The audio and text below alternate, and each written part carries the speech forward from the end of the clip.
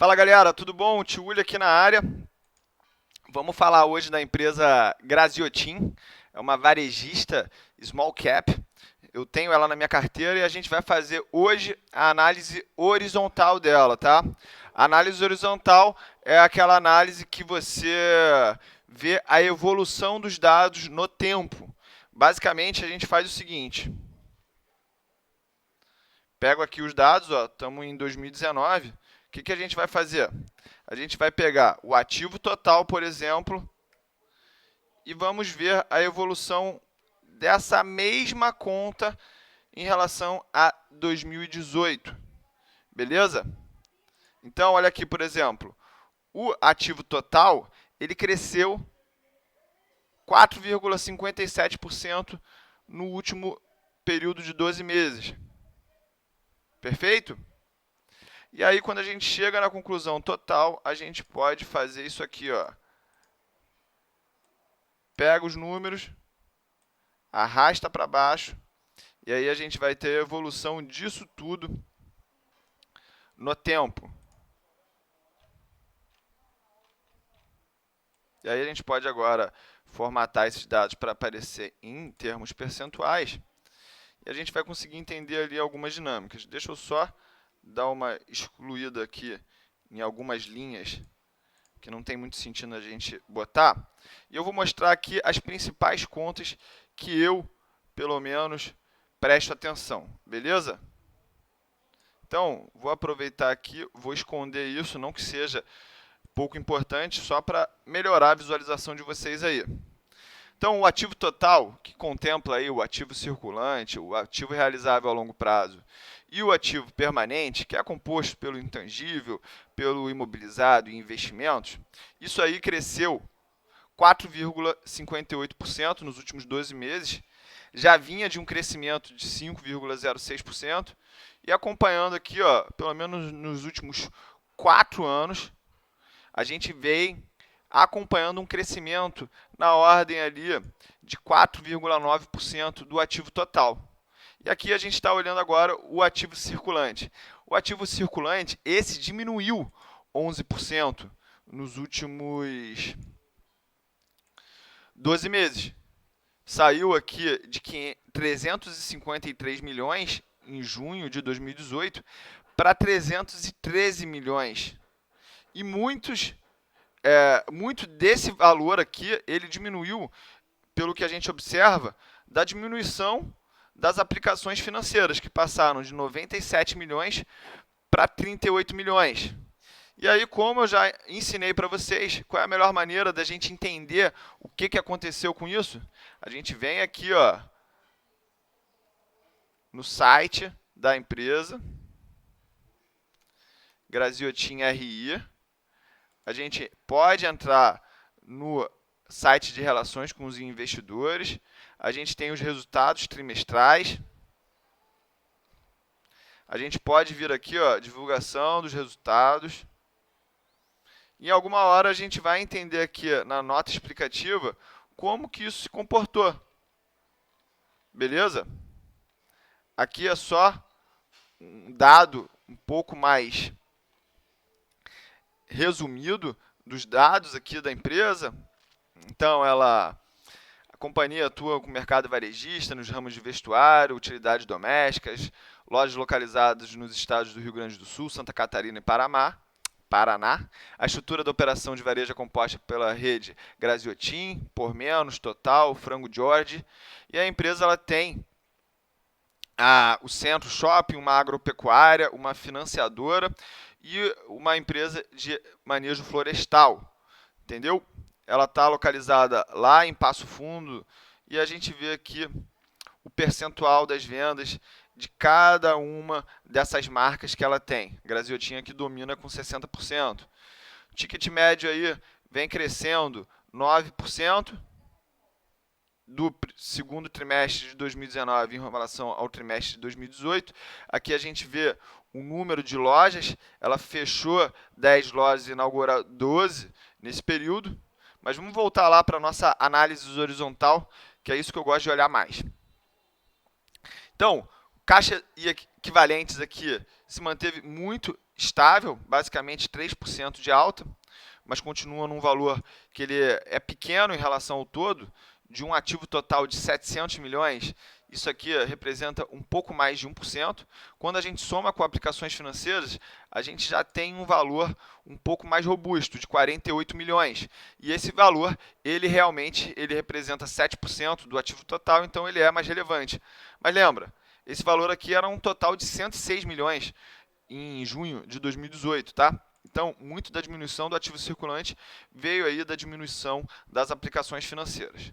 Contas a receber, que é outro item importante, que eu vou marcar aqui, porque é uma empresa de varejo e ela dá crédito para os seus clientes, retraiu aí 3,74%. E aí a gente vê que o estoque também aumentou, passou de 73 milhões para 89 milhões. O estoque crescer não é uma coisa boa, ao meu ver, cresceu 22% em relação ao mesmo período do ano passado. Outras despesas aqui antecipadas diminuíram 28%, mas esse número ele é pequeno em relação ao todo, então não vou dar muita importância para ele. A gente vê aqui o realizável a longo prazo crescendo 4,43%, passou de 65 milhões para 68 milhões. Esse valor de 3 milhões aqui, eu acredito que tenha crescido bastante em conta por causa do contas a receber de longo prazo, ou seja, a empresa ela deve ter expandido aí a sua concessão de crédito para alavancar vendas, e isso tem que ser financiado por alguma maneira, e essa maneira é aqui, no caso, é a empresa mesmo que parece estar financiando isso. 50 milhões não é um valor de se desprezar, principalmente quando a gente compara aqui, ó, com a receita líquida da empresa, que eu trouxe aqui na outra planilha, que foi de 463 milhões nos últimos 12 meses. A gente vai chegar lá, tá? Relaxa. Outra conta aqui importante foram os investimentos. Então, a gente pode desconfiar que essa diminuição aqui das aplicações financeiras de 97 milhões para 38 milhões possa ser, de alguma forma, tenha sido investida aqui nos investimentos, tá? A gente tem um imobilizado que permaneceu estável, 0,52% de alta. Beleza? E aí a gente viu a análise horizontal no ativo da empresa. Agora vamos partir para o passivo da empresa. Passivo são as obrigações. A gente tem aqui um passivo total mais patrimônio líquido, que é igual ao ativo total de 701 milhões, só para a gente reforçar isso para quem ainda não é muito conhecedor de contabilidade.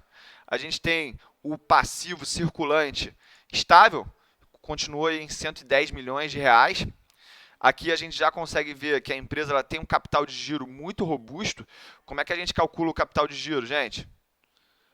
Pega o ativo circulante menos o passivo circulante. 200 milhões aqui de capital de giro. No ano anterior, isso aí era 244 milhões. Então, a empresa enxugou o seu capital de giro, tá? Obrigações sociais e trabalhistas cresceu de 3,4 milhões para 9 milhões e meio, um aumento aí de 179%. Essa linha aqui ela é repetida, então a gente pode excluir. Essa aqui não existe, a gente pode excluir também. Fornecedores, eles abrem aqui os dados, tanto nacionais e estrangeiros, só tem nacionais aqui, então por isso que eu vou excluir. Mas a gente viu que cresceu aí 10%. Ou seja, a empresa está usando o capital do seu fornecedor para, de alguma forma, diminuir a necessidade de capital de giro, tá? Ela pode usar isso. Com certeza, o fornecedor embute um custo financeiro por estar fornecendo esse crédito para ela. Então, nada vem de graça, tá? Os impostos permaneceram estáveis também, caíram 12%, mas quando a gente olha em números absolutos, isso aí não é muito relevante. O que mais que a gente pode olhar aqui? Os dividendos a pagar se manteram aí muito insignificantes em relação ao todo, não merece a nossa atenção. que mais que a gente pode observar aqui na Graziotin? Passivo não circulante cresceu 20%. Quais foram as métricas que se expandiram mais aqui? Obrigações mesmo. A empresa ela não tem endividamento de longo prazo. Beleza? Isso é muito bom. A gente vê aqui o patrimônio líquido consolidado de 519 milhões de reais. Esse aí cresceu 3,56%. Isso aqui a gente soma também aos dividendos pagos e a gente vê realmente quanto que o acionista teve de remuneração nos últimos 12 meses. Beleza, gente? A gente vê aqui que a empresa ela é muito sólida mesmo. Isso é muito bom. A reserva estatutária chegou a 195 milhões, crescendo aí 32%. Os lucros acumulados estão aí em 21 milhões e 900 mil. E a gente vê aqui, ó, que o número de ações da empresa vem diminuindo, beleza? Vamos agora para a DRE, para fazer a mesma análise horizontal lá. Então, a gente começa a enxergar que a receita teve um crescimento em relação ao ano anterior, isso é bom. 4% de crescimento, tá?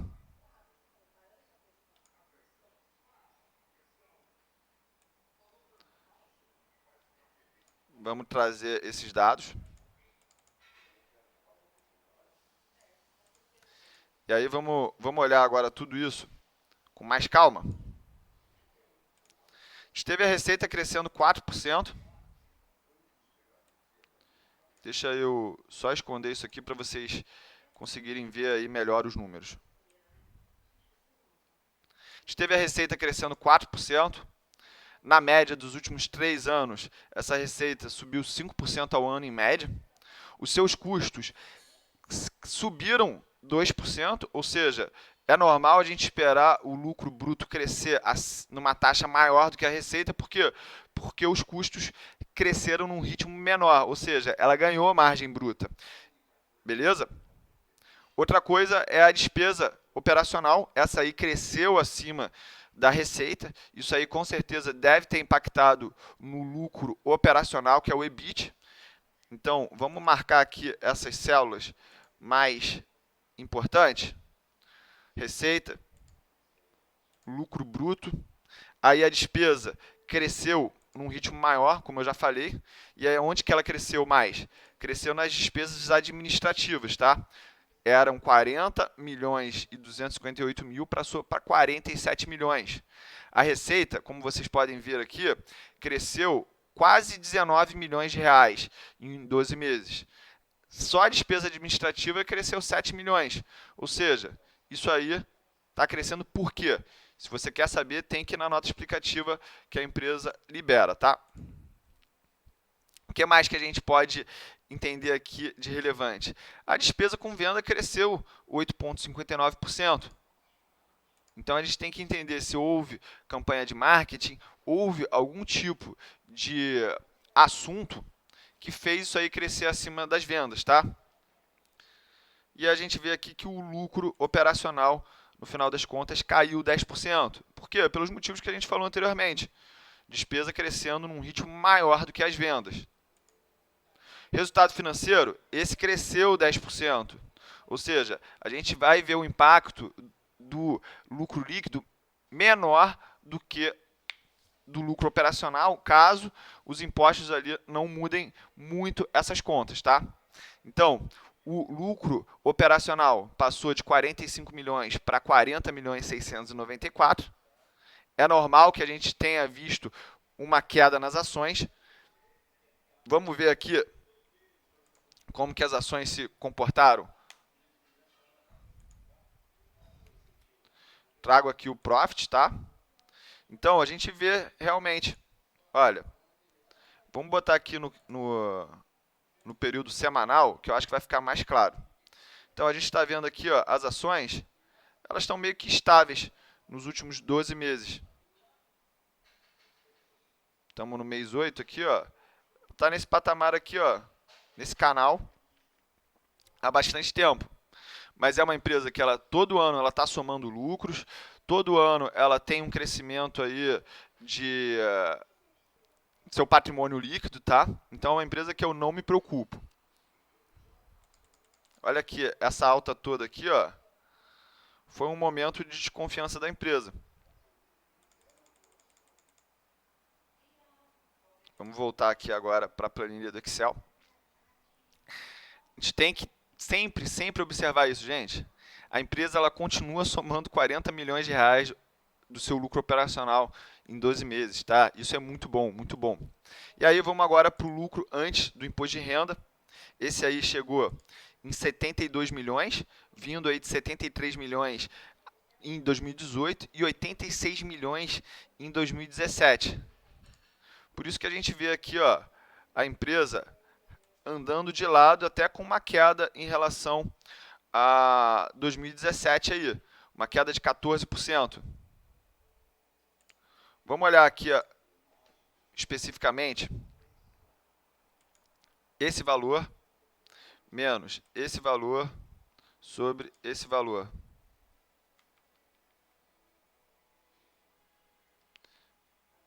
Digitei errado ali. Então, em relação a 2017, o lucro antes do imposto de renda da Graziotin caiu 16%. Beleza? E aqui a gente vê, nesse mesmo período, a ação caindo 14%. Entendeu? Então, como é que as coisas, no longo prazo, elas vão se alinhar com os fundamentos? Isso aqui é prática, gente. Isso aqui é prática. Eu não estou inventando teoria nenhuma, tá?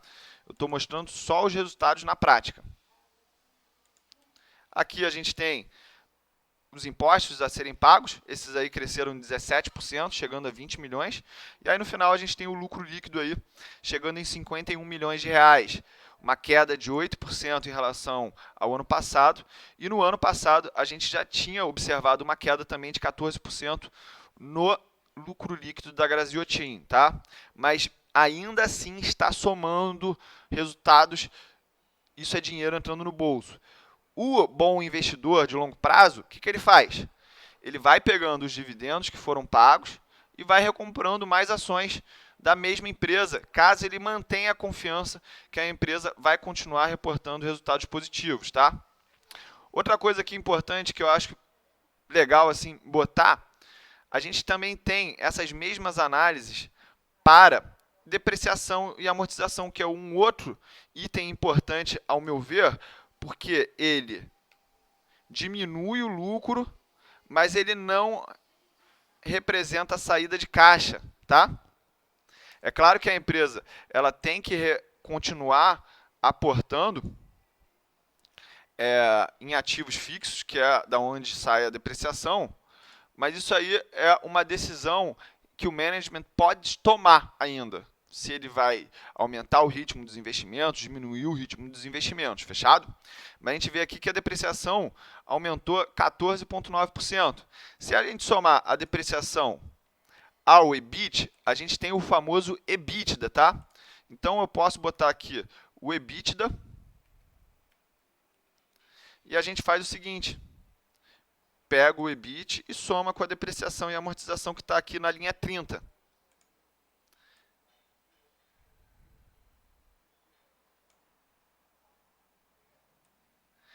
Então a gente vê ali que a geração de caixa da empresa, bruta, medida pelo EBITDA, chegou em 55 milhões de reais, tá?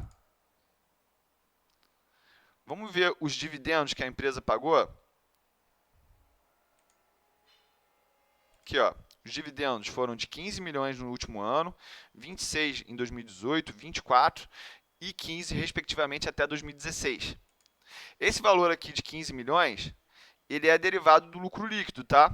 Então, a gente vê aqui que a empresa está distribuindo por volta de 30% do seu lucro líquido em forma de dividendos. O resto ela está reinvestindo. Então, dá uma olhadinha aqui, ó. Patrimônio líquido consolidado cresceu de um ano para o outro por volta de 18 milhões. Quando a gente soma o dividendo pago, a gente vê um resultado ali aumentando em quase 35 milhões. Fechado? Beleza, então, gente? Então, termino aqui a análise horizontal da Graziotin. Se vocês quiserem que eu faça a análise vertical, coloca aí nos comentários. Tchuli, faz a análise vertical, por favor, que aí eu vou saber que vocês gostaram desse conteúdo e que é para eu continuar fazendo coisas parecidas para vocês, tá bom? Beijo grande e é só o começo, galera!